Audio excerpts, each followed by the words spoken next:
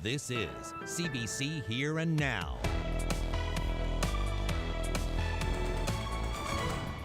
Very well could be the biggest storm of my career, and I came from the north.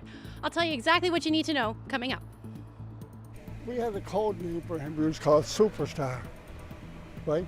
When we talked about John Crosbie, he was a superstar. He cared deeply for Newfoundland and Labrador, but he also wanted to show that we're as good as the rest of them. There will not be another politician like John Crosbie ever in the history of the country. An outpouring of respect, some sadness, a celebration here at the Anglican Cathedral today. A first-class send-off for John Crosbie. We'll bring you the highlights tonight on Here and Now.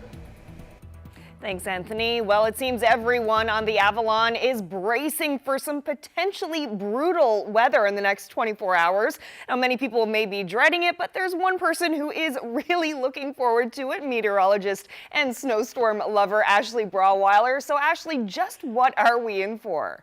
Yeah, it's going to be a little bit of a doozy as we head through the next 24 to 36 hours. Certainly here in the eastern portion of the island, you know, the snow is still going to make its way towards parts of central, not nearly as much. The west coast, you get to sit this one out, even though you're looking forward to all of that snow.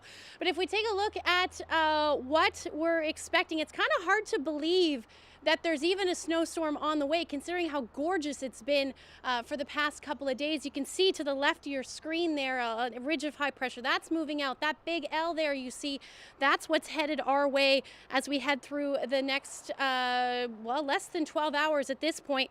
We do have a number of warnings in place, blizzard warnings all the way from Bay of Exploits, including the Burin Peninsula, Canagra Peninsula, and the Avalon Peninsula as well. Along the coast there as well, the northeast coast, there's storm surge warnings, and that's because of all these winds. It will likely see waves anywhere from 9 to about 12 meters. Now you can see there's blowing snow advisories for the interior, Grand Falls, Windsor, and just added was wind warnings up through the northern peninsula, Green Bay, White Bay. And then you can see those wind warnings down from Port aux Basques and the Burgeo area. Definitely not a storm to take lightly. I'll have all the details on just how much snow is going to fall, the timeline, when I come back. Great. Thanks so much, Ashley.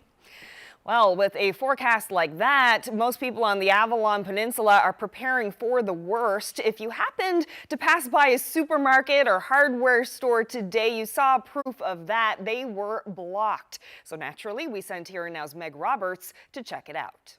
Shovels are flying off the shelves at Home Hardware in the Village Mall, one of several items residents are purchasing before the storm hits. For some who are still rebounding from the last heavy snowfall, it's a bit bitter. Why do we have so many shovels here? Snow blowers in the shop, and just got to do what's necessary. What an unfortunate time for your snow. I know. That's it. You know, those guys are busy too, so. Although Home Hardware was stocked full of shovels, kerosene and butane were some of the first items to go. Staff say there's also another product that becomes popular with people who are banking on a snow day. People think on a storm day, what else am I going to do? I'm going to paint. I'm going to get that project done that I never got done before. The traffic jam outside of Coleman's grocery store said it all. Everyone popping in to get bread, milk, and of course, storm chips. I pack down with whatever I can, usually anything that don't need to be cooked, just in case power goes. Although Coleman saw a substantial amount of people visit in the past 2 days, they believe they're in good shape to last the storm. We just received a grocery order today, which is fantastic, and we brought in extra staff to replenish, so people are really enjoying themselves and filling the carts and getting ready for the snow that's coming. Although with the possibility of as much snow as is being predicted, there's one thing that people can't buy in stores. There's a lot of elbow grease and we'll get through it. Meg Roberts, CBC News, St. John's. Well, while people are gathering up what they need for the next couple of days, municipal and provincial leaders tell us they are on high alert. As Here and Now's Mark Quinn tells us, officials are getting ready to keep traffic and pedestrians moving as quickly and safely as possible. Our staff have been working around the clock with all our available equipment, doing their work since Christmas Eve. This depot is ground zero for the city of St. John's battle with winter. And out here on the streets of Georgetown, they're trying to make room for more of the white stuff. It's only mid-January, and already City Council is shoveling out from under a storm of criticism about snow clearing. It has been challenging. We do understand there's a lot of frustration out there. There's a lot of frustration in the city with the snow and with the sidewalks and the roads. But I can tell you that we've also seen a lot of cooperation from residents as well. So we see both sides of it, but we certainly understand the frustration that residents are expressing. The City of St. John's total snow clearing budget is about $18 million annually. Spending more on snow clearing would mean increasing taxes or cutting other services. We'll look at this as we move forward, and we'll have that discussion amongst council as we review the operations for the past year. But provincial leaders are focusing on the immediate future. 40 centimeters of snow, winds in excess of 140 kilometers. If you don't need to be out there, don't be out there. Let the people that have to be out there do their jobs. With a lot of the city already buried under 170 centimeters of snow and more snow coming, you might want to take matters into your own hands. Mark Quinn, CBC News, St. John's. Well, in other news tonight, a red dress was hung in a tree in Glenwood yesterday to mark 1 year since the killing of Chantal John.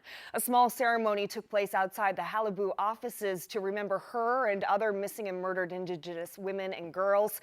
Here Now's Garrett Berry was there. It's like a gathering to remember Chantal John and show our support for her family and friends, and for all Indigenous and missing women around the world. Canada will remember, right? Every day you turn on the news and girls are missing. Something's happening, and the progress is slow. Justice is, it's not happening for them as fast as it should be. Let's not forget that we're dealing is very close to home. It's not something that we deal with every day. This is very, very close to home for us. Well, we have to make people aware that this is happening, and it's been happening for years, and we have to get stronger and more vocal about it. And so today, with a bit of exposure, and I see there was quite a few different people here today, so that means that they must have heard about it last year, so they wanted to participate this year. The empowerment, they are not alone. They can always talk to someone, and that's part of the first step, that you're not alone, and there's always someone there that either has gone through it or is willing to help someone go through it. Well, a fire in Labrador City today has caused significant damage at the White Wolf Snowmobile Club. The fire destroyed the club's biggest garage and some expensive equipment. Club president Eldon Wheaton says he hadn't noticed anything wrong as he left for his lunch break, but shortly after getting home, he got a call. Fire crews kept people away from the area while they fought the blaze. The club's best groomer was inside the building that was destroyed, along with a truck and $22,000 worth of brand new parts. Wheaton says the club is insured. Well, in national and international news tonight, Prince Harry has made his first public appearance since he and Meghan announced they are taking a step back from royal life. The Duke of Sussex met young rugby players in the gardens of Buckingham Palace. Yes. Yes. Harry laughed and joked with the kids before hosting the Rugby League World Cup 2021 draw. He also met with representatives of the 21 countries playing in the event. On Monday, the Queen released a statement agreeing to Harry and Meghan's wish to change their roles within the royal family. They intend to become financially independent and will split their time between the UK and Canada. Well, Canada's foreign minister says the eyes of the world are watching Iran in the aftermath of the downing of Flight 752. Today, he led a meeting of countries who lost citizens in the disaster, where a new list of demands for Iran was drawn up. We are here to pursue closure, accountability, transparency, and justice for the victims. There are many, many questions. The world is waiting for those answers, and we will not rest until we get them. The gathering was held at Canada House in London. It began with a solemn ceremony honoring the 176 people who died when the jetliner was shot down after takeoff in Tehran, 57 Canadians among them. The nations affected are demanding Iran hold an open investigation into what happened and hold all those responsible accountable. They're also calling for the victims' remains to be repatriated respectfully and for compensation to their families. Well, the Canadian Army reservist accused of recruiting for a violent neo-Nazi terrorist group has been arrested in the U.S. Patrick Matthews had been missing since the allegations first surfaced in August. He was arrested along with 2 others in Delaware today. All 3 are alleged members of the base. Matthews is facing firearms charges and is accused of intent to commit a felony. Matthews had been a combat engineer and had basic explosives training in the military, which released him when allegations came to light. Soon afterwards, the RCMP raided his home and seized a number of firearms, but did not charge him. Matthews went missing soon afterwards. The FBI says he crossed into the U.S. illegally. Well, a drought-stricken, fire-ravaged Australia is finally getting some rain. And while officials say much more is needed to help put out the fires, there was some relief today.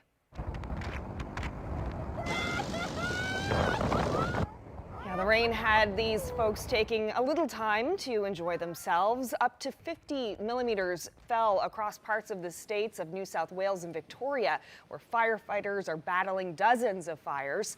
The sudden rain was enough to trigger flooding in some cities.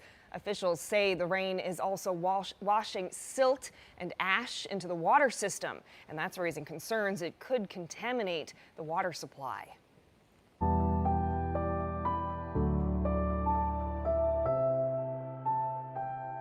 It was a genuine honor to bring live coverage to you today of this amazing send-off of John Crosbie, but there were many things we couldn't bring you, and we've got that for you later in the program. Peter Cowan was our reporter, our eyes and ears here. What stood out for you, Peter? Anthony, I don't think we've seen quite the gathering before, to have a current prime minister, former prime ministers, former premiers, former federal and provincial cabinet ministers talking not only about the impact that he had here on Newfoundland and Labrador, but across the country.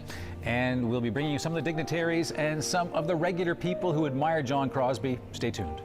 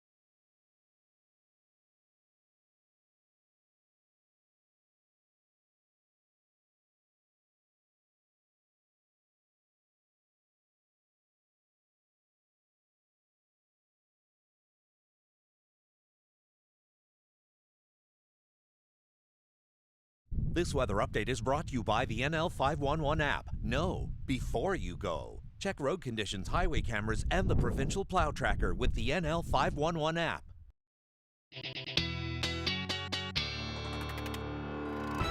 Lots to talk about with this storm on the way, and we're just hearing actually that all schools are already just closed for the day tomorrow in the St. John's metro area. So just a note on that. That word just came out a short time ago. So we'll get to all those details in a second. But first, if you're on the Avalon, you may have seen some random acts of snowboarding happening around town today. Turns out the snow-covered streets are good for something.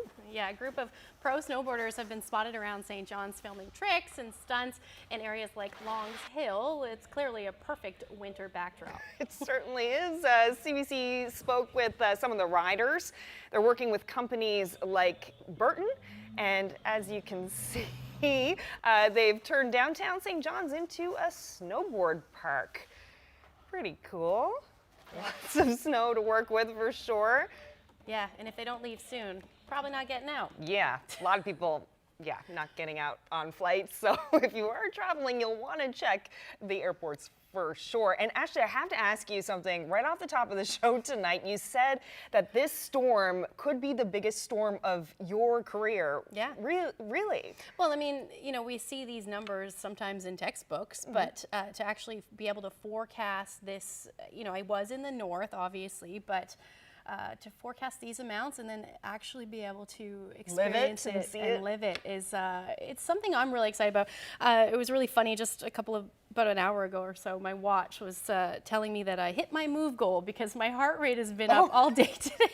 You're that excited. I'm very excited, yeah. I mean, as long as you're safe, this could be fun to ride out. Yeah. I mean, obviously there are things to think about, but yeah. It's going to be a headache, but there are silver linings. Absolutely, absolutely. I mean, it's going to happen. It's winter. So we'll see. It is also winter. It's Newfoundland. Absolutely. Let's jump into exactly just how much is possible. You can see I have the heaviest snowfall at this point, and this is more than likely not going to change, but on the Avalon, the northeastern Avalon to be exact, anywhere from 60 to 75 centimeters, maybe even more, depending on the exact track of the system. Now, if it tracks offshore at all, even a little bit from what it's saying right now, that number could drop off. But here's where I'm thinking. As you head towards the isthmus, significantly less, 40 to 60 centimeters.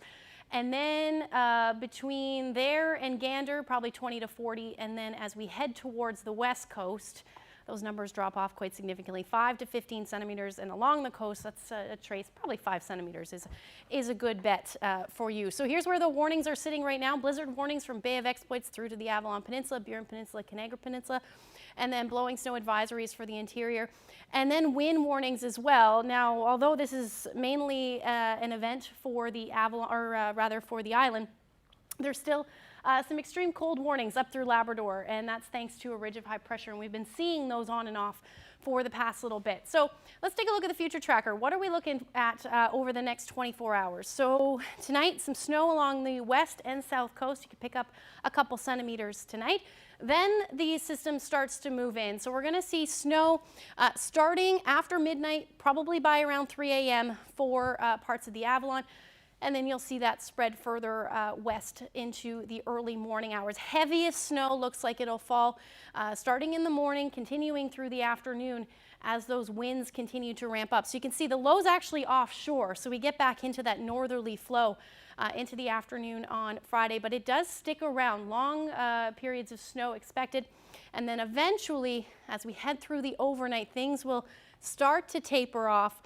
But the thing with this system is the winds. So here's what the timeline is for the St. John's metro area. Just giving you a couple minutes to take that in. So it's a lot of information, but we're looking at temperatures hovering between -5 and -3. That number that you see up top there, so from 3 a.m. Friday all the way through to 3 a.m. Saturday, that's the snowfall accumulation. So by 9 o'clock, expecting about 10, maybe 15 centimeters on the ground. The heaviest snow you can see falling there, that's about 50 centimeters on the ground by 3, 4 o'clock. And then adding to that as we head into the evening hours. So you could see upwards of 60 to 75 centimeters of snow. Take note of these winds though. Northeasterly gusts 60 to 90, and then sustained winds at 70 to 90, gusting upwards of 100 to 150 kilometers per hour. So we're going to see probably between 8 to 12 hours of those winds. So certainly not a storm to take lightly for sure. Here's where we'll be sitting tonight. Temperatures are going to climb as we head towards the morning hours. -10, generally sitting in the minus teens along the south coast, though a little bit warmer. And there's those cold temperatures I mentioned. Calm, not a whole lot to talk about up through the Big Land, which is certainly good news. And here's where we'll be sitting tomorrow. You can see that cold air staying in the western portion of the island. And as we head towards the east, that's when we get into some of that milder air, but still going to stay below zero. And that's why we're seeing all of that cold temperature. Up through Labrador, another cold day for you, and plenty of sunshine. The winds are going to be strong, not quite as strong, but you're still going to see winds anywhere from about 30 to maybe 50 to 60 kilometers per hour. But still looking at plenty of sunshine. Just want to time out the winds for you, just so you can see widespread areas of wind. So even though you're not going to see a whole lot of snow for parts of central and the west coast, it's still going to be blowing around, seeing anywhere from 70 to about 80 kilometers per hour. The strongest winds look like they'll be in the afternoon. And then take a look at some of these numbers. So still along the west coast. Now this is exposed areas, but you could see 80 to 90 kilometer per hour winds. But the strongest looks like they're going to be for Bonavista and the St. John's area. So that's a look at your forecast. Definitely have to keep that in mind.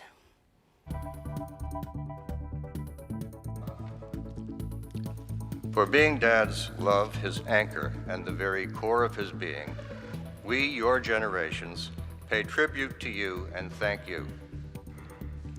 In this world, there could be no more powerful example of the strength and beauty of joining two people than your strong union over the past 68 years.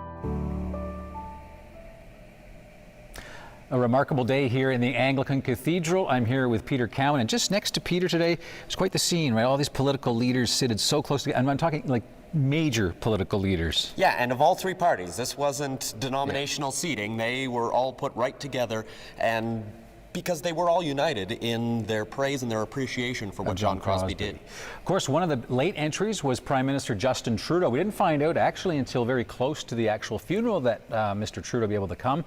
Some people saying that because of the Iran situation, he would have to stay in the capital, but Justin Trudeau made it. And he made it out again before the storm. We also saw Brian Mulroney, a former Prime Minister, and really one of the key moments, as we're going to see a little later, when he got up in order to remember his friend John Crosbie, who was such a key person in his cabinet. Right, and then in those great conservative battles of John Crosbie, Joe Clark was here as well. A lot of people remembering and talking about the lead up to this funeral service, that John Crosbie delivered the budget, the failed budget that brought down the Clark government. Joe Clark was here as well. And when you look at provincially, former premiers, Danny Williams, a guy who often didn't agree with his federal counterparts, but putting all of those sorts of differences aside in order to come and remember John Crosbie and the contributions he made. And another major premier, and as well as a major federal cabinet minister, a federal Liberal, Brian Tobin was here, and he sort of made people laugh when he referred to his sealskin coat outside the cathedral as, I think, a John Crosbie special was the words that he used. There was absolutely a lot of sealskin outside. Yeah. We saw Ches Crosbie came in wearing a sealskin coat, and he really kicked off the beginning of this service with his reflections on what it was like to be John Crosbie's son, with a special focus on the Crosbie family. Here's part of what he had to say. Dad was a loving husband. Among the many tributes that we have gratefully received this past week, Rex Murphy wrote that Jane and John were all things to each other in a career so thick with tumult and triumph. Jane was the bulwark and mainstay. She counseled and cautioned him, was haven during the storms, and a pilot for his many triumphs. Our father knew this. All our family and friends knew this. And our mother certainly knew this. Speaking at a celebration for his 25th anniversary in politics, she said, "John has worked with 2 Joes, 1 Frank, 2 Brians, but only 1 Jane." She notes that he would often say that he was just a foot soldier. To that she would add, of course, sometimes he found himself marching to the beat of a different drummer. Mom,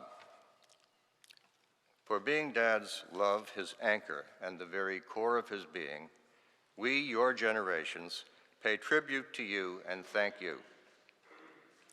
In this world, there could be no more powerful example of the strength and beauty of joining 2 people than your strong union over the past 68 years. Dad reveled in his role as a parent. Michael, Beth, and I always knew we were cherished. As grandchildren and great-grandchildren came along, his heart grew a size larger with each child. While many knew him as a giant in the world of politics, for us, John Crosbie was a gentle giant in the life of our family. My father well wears the words of Shakespeare from Hamlet, which he delivered at the eulogy of his brother, Andrew.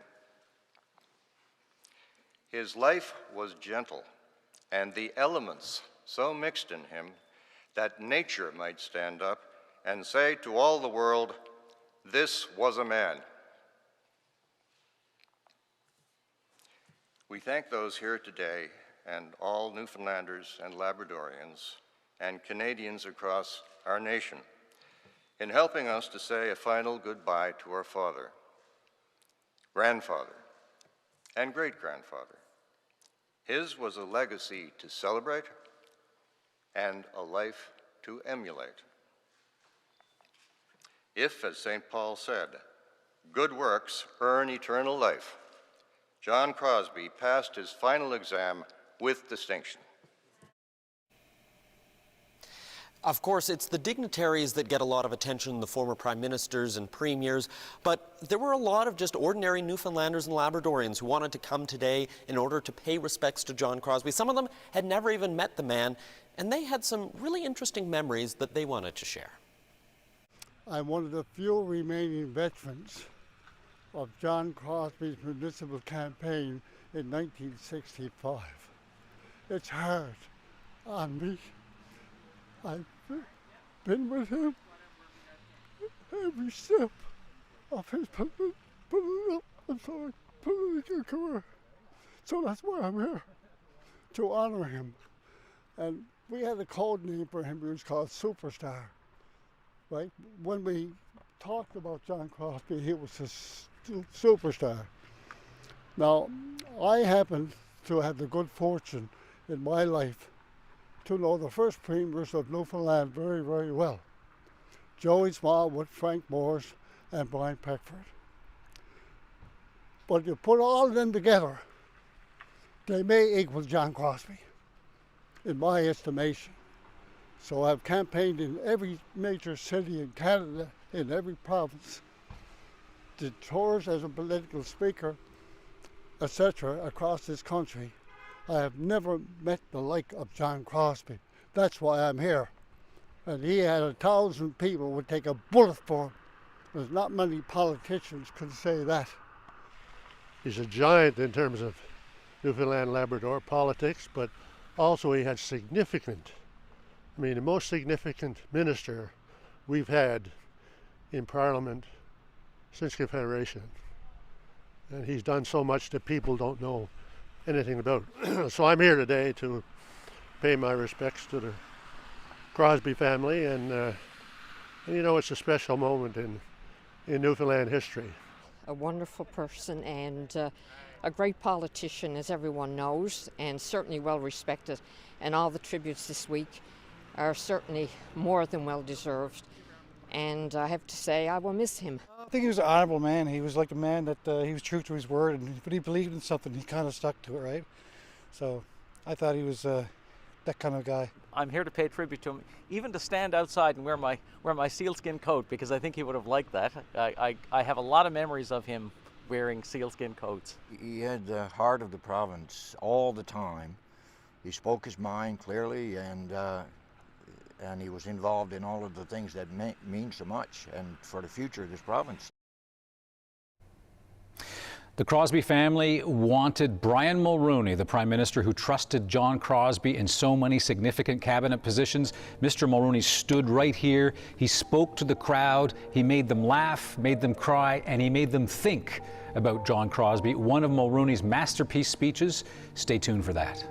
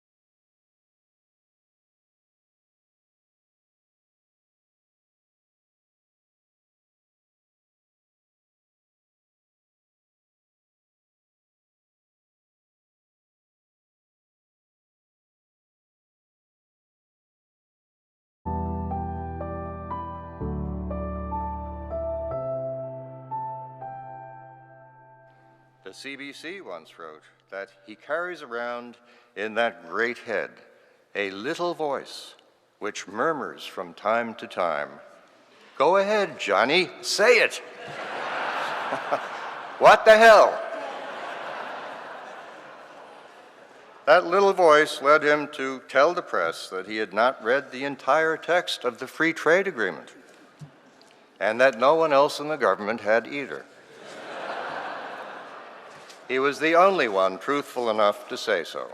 That love Well, that was Crosbie speaking today at the start of the funeral for his father, John. Now, the eulogy was delivered by Brian Mulroney. The former Prime Minister was one of the many dignitaries who came to St. John's for today's state funeral. Mulroney spoke eloquently of his friend and former political colleague. Let's bring Anthony and Peter back now to talk about that 20-minute tribute to John Crosbie. What did Mulroney have to say about his friend and former political colleague? Carolyn, he really made people not only have a few tears, but there were a lot of really funny moments that he had in that speech. Right, and let's not forget that Brian Mulroney was a prime minister who had to deal with that little voice in John Crosbie's head when he said some things that he would later regret and make jokes about. But certainly Mulroney was really at his best today. We remember he had two major majority governments because he was such an orator, and even at the years of 80, there's still some Mulroney magic. Have a look. James Joyce once wrote that the past is consumed in the present, and the present is alive only because it gives birth to the future. Well, John Crosbie made certain, with his exemplary life and sterling contribution, that the future of his Canada and that of Newfoundland and Labrador that he had served so honorably and well for so long will bring opportunity and hope and happiness to all who hold our coveted citizenship as the decades unfold and Canada continues on its ongoing path to higher achievement, greatness, and success.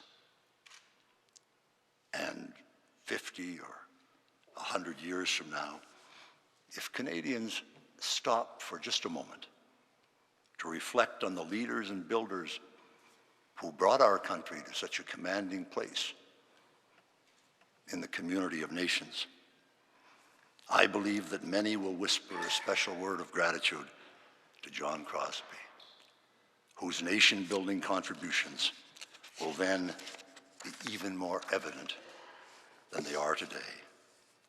And they will know then, as we do today, what an exceptional man he was, and how splendidly he served Canada and all of her people.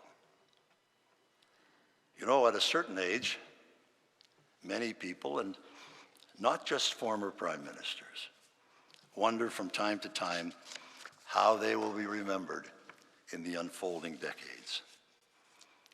One of Canada's fathers of Confederation, Thomas D'Arcy McGee, an immigrant from Ireland, reflected this sentiment in one of his poems.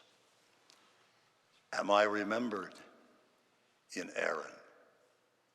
I charge you, speak me true. Has my name a sound, a meaning, in the scenes my boyhood knew? Well, so long as the bitter February winds sweep across Labrador on their way to the Avalon Peninsula, and the warm summer rains caress the fertile lands and gardens of his beloved Hogan's Pond, the achievements of John Crosbie will be remembered and revered by his friends and their children as a model for them to replicate and respect. When McGee died in Ottawa in 1868, Sir John A. Macdonald paid tribute to him in these words: his hand was open to everyone. His heart was made for friendship. These words of Canada's first Prime Minister elegantly describe as well some of the qualities of the Honourable John Crosbie. He was a friend for all seasons, Loyalty was an integral part of his character. He stood with his friends when times were good, and he was steadfast and true when times were not. In MacDonald's words, his heart is made for friendship. And I can tell you all that my family and I knew this well. And so we say goodbye today.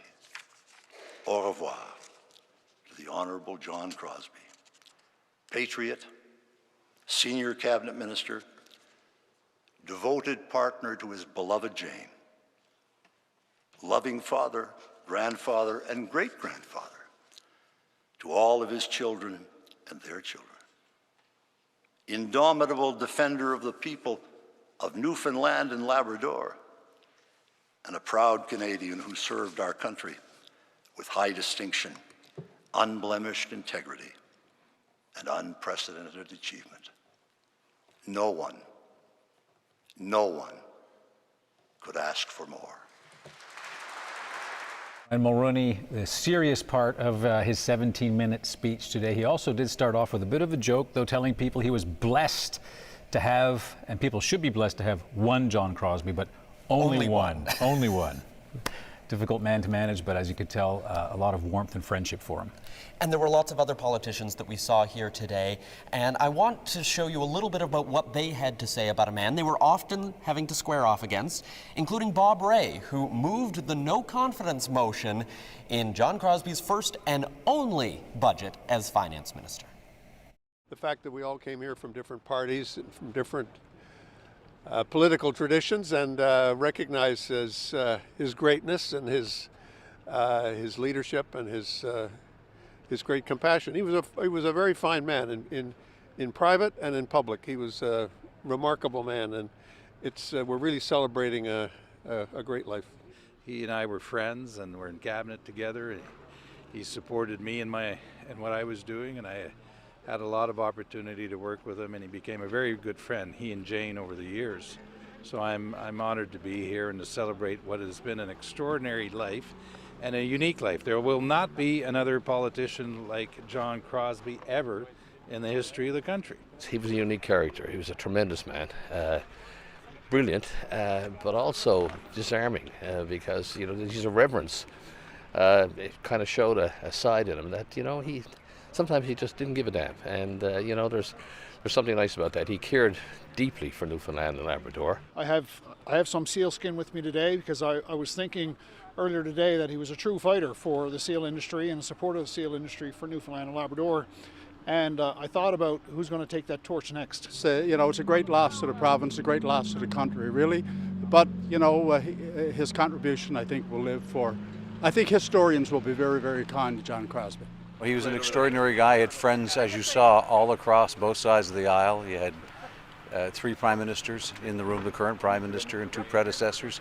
It's an extraordinary gesture of respect for somebody who substantively gave so much to Newfoundland and Labrador and to Canada, and somebody who managed to be even across the aisle everybody's friend and remain respected. That's why I'm here. That's why I'm wearing my John Crosbie special today. First of all, the storm news. Interestingly, looking back at almost a week now that we've been hearing the tributes pour in, it's hard to find anyone who didn't like the man. Even the people who squared off against him, had the biggest disagreements with him. Perhaps a sign of a different times, but also the sign of a different man. Yeah, as Sheila Copps put it when we did our coverage in Here and Now, she said, we were adversaries, not enemies. It's been a remarkable day here in St. John's in the Anglican Cathedral. Thank you for watching our live coverage, and thank you for watching Here and Now tonight. Of course, we'll be back tomorrow with the storm.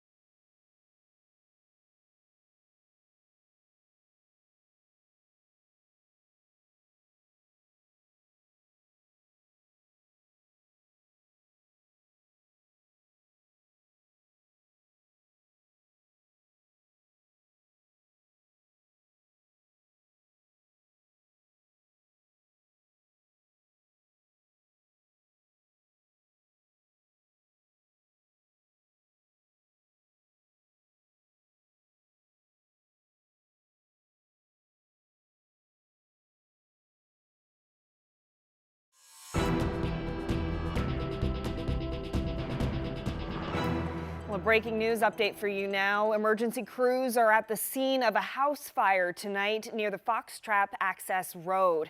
This is the scene on Emerald Creek Drive just 30 minutes ago. You can see flames just tearing through that home, billowing out through the roof. Several fire and emergency vehicles working to get that fire out right now. It appears to be on a residential street with homes on either side. The CBC's Mark Quinn is en route, and we'll have more on our website, cbc.ca/NL.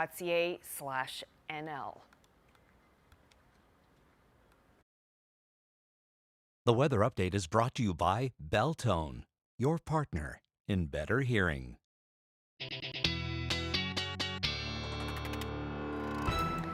All right, so let's get right to it. The thing that everyone is talking about, the weather that is coming tonight. So, yeah, we'll talk about that. We'll show you where the low is currently sitting right now. And if you had flights when you were heading out, you probably already have your, those are already canceled. So there's a look at that low pressure system there. Now what's going to happen as we head through the overnight is this system is actually going to strengthen and drop in pressure. And that's what happens when we see these strengthening systems. So as that continues to head towards the island, this is what we're looking at as far as snowfall totals go. West Coast, not a whole lot, but as you head towards central, parts of Gander, or rather Gander to the Isthmus, looking at about 20 to 40 centimeters of snow, 40 to 60 for the Bonavista Peninsula through to the Avalon. And then I have an area of possibly 60 to 75 centimeters of snow. This number could actually be even more, although it will be kind of hard to determine how much snow just fell, and that's because of those winds. So I just want to give you a little bit of an idea of what's going to happen as we head through the day tomorrow, and I want to pay attention, or at least note, where the track of this system is right now. So you can see the area just offshore, just off the shore of the Avalon, where there's not a whole lot happening. So if that trends just a little bit further towards the Avalon, we could see a drop in that snowfall amount, bringing those numbers down to 60 centimeters. Now that's just an idea of what could happen, but I just wanted to convey that uncertainty for you. Otherwise, that system really, the winds no matter what are going to be strong, and they're going to stick around really through the day on Saturday. And so if you're thinking about just when you're going to clean up, just want to let you know that those temperatures through the day on Saturday are going to drop like a rock. So we're looking at temperatures through the afternoon on the west coast sitting in the minus teens, but you can see temperatures much cooler for the St. John's area. Really anywhere on the Avalon will be dipping back down into those minus single digits through the day. And then a calm day up through Labrador. We're going to hang on to those chilly temperatures as well. So you're looking anywhere from minus 24 to minus 16, really, with plenty of sunshine on tap for you. So I talked about those winds. The other thing that this system is going to bring with it is some storm surge. So this is overnight into Saturday morning, overnight Friday into Saturday morning. This color here is a storm surge. So do have a warning in place. Anywhere from 9 to about 12 meter waves is expected. And you can see with those strong winds. Now, keep in mind, this is Saturday morning. Winds still gusting in excess of 100 kilometers per hour, more than likely. Even though that snow is going to taper off, skies should clear through the day. Cooler temperatures and strong winds will more than likely still see blizzard conditions through the day, if not certainly going to see blowing snow. So we really won't see things wind down as far as winds go on the coast. And you can see, if I move back a little bit, just along for the island, really. But cleanup wise, it looks like the best bet will be Saturday afternoon before that, or Saturday evening really, before the winds really start to die down there. So here's a look at going ahead a little bit. I know we're talking about this system, but an area of high pressure is going to move in. That's what's going to clear things out through the day on Saturday, at least Saturday night. Still might see some lingering cloud cover through the day on for the west coast, but then as we head into Sunday, the next one moves in. It's just a little bit of relief, and then we're going to see that system move through. This one looks, the track right now, if it heads towards the west coast, is going to mean that we're going to see a warm up and potentially a change over to rain for Sunday night into Monday. So definitely something to look forward to, at least to see a little bit of relief, and then before the next one comes in.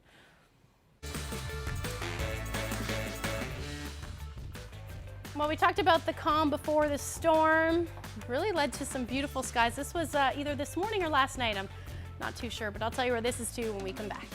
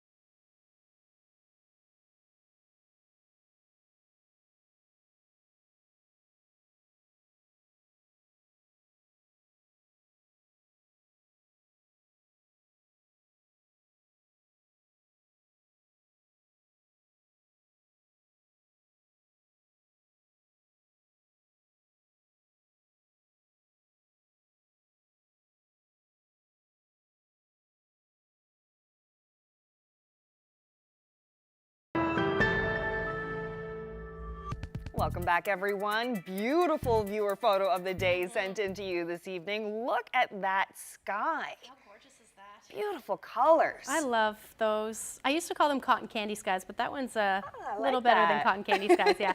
That was actually taken in Grand Falls, Windsor on the Corduroy Brook Trail. Oh, did I say that right? No, Corduroy. I guess.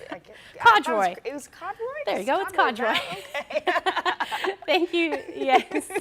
Thank you so much for sending that lovely weather photo in. I'm sure the photos tomorrow are gonna look very different. Yes, I'm sure they will. And snow doors. Yeah, we mentioned earlier that the schools in the St. John's metro area have already decided they will not open tomorrow. We're now being told by the province that the provincial government offices in the St. John's metro area will be closed tomorrow morning. So an update on whether offices will open in the afternoon will be provided by 6:30 tomorrow morning. I'm sure you will be up and on the go by 6:30 tomorrow morning, but how likely do you think it'll be that offices will actually open up tomorrow the way the forecast looks now? I mean, it is a play it by ear because, you know, that is the forecast, but as always, things can change. And so once we see, you know, how things are playing out and what's happening, it's a good idea, obviously, to keep an eye on the forecast, and we'll see. But I'm pretty positive that they'll end up closing for sure all day, just because that's when the strongest winds will be, and you know, and that's obviously something to think about in preparation. I'm sure most of you have already done that, but you know, think about extra batteries, candles. Just be prepared for the worst and hope for the best, and that's really the the only thing that I can say. And you'll be keeping a very close eye on it. People can follow you online to get all of the latest on your Twitter and Facebook page, and also CBC Radio and on our website, cbc.ca/NL. So yeah, going to be an interesting day tomorrow and interesting day today. We're going to leave you now with one final moment from today's funeral service for John Crosbie. Here's tenor David Pomeroy with How Great Thou Art. Good night. Oh